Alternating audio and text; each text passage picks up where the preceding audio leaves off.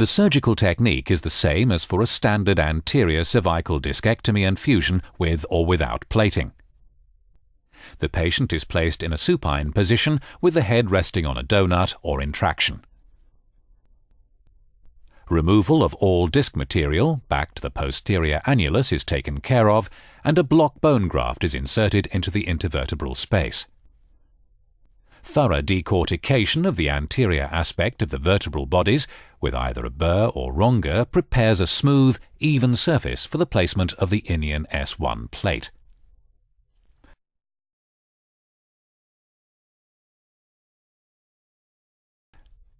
Implantation. Use the plate templates mounted on the plate holder to determine appropriate plate size. Place the suitable size template against the bone at the intended location of the plate to confirm correct plate length and screw hole position relative to the end plates.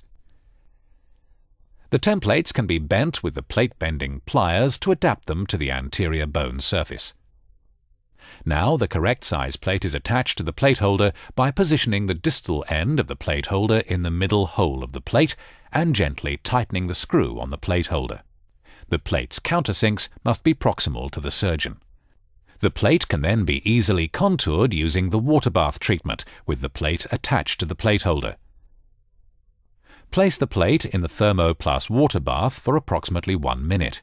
Thereafter, the plate can be shaped against the pre-shaped template by pressing the warm plate firmly against it. The plate can also be formed by pressing it directly on the bone to conform it to the anatomy. The plate should cool off and become stiff within 10 seconds. The plate can also be formed in free air without the plate holder by using hands or pliers. Once contouring of the plate has been completed, it can be attached to the plate holder. Before drilling, an initial starter hole for the drill has to be made. Therefore, the bone punch instrument is used. Always position the punch instrument through the drill guide. Use the special drill to create a hole for the self-tapping temporary fixation screw. The temporary fixation screw is then engaged to immobilize the plate for the secure placement of the system screws. It's recommended that 2 temporary fixation screws are inserted to avoid plate movement.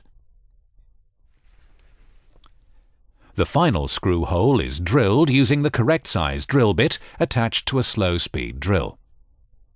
The drill should be used at no more than 2,000 revolutions per minute. The drill guide should be kept in its exact angle for subsequent tapping. Drills and taps are color-coded according to the screw lengths. Manually tap the hole through the drill guide using the correctly sized tap attached to the screwdriver handle. Stop tapping when the tap hits the stop on the drill guide. This will avoid the risk of stripping the thread. The drill guide is used to press the plate firmly against the bone before tapping is started. Remove the temporary fixation screws and insert the final screws using the Inion screwdriver. A squeaking noise can be heard when the screw is locked to the plate. Continuing to turn the screw will risk stripping the screw socket. However, in case this happens, the screw can stay engaged as this will not compromise the fixation strength as long as the screw is fully inserted.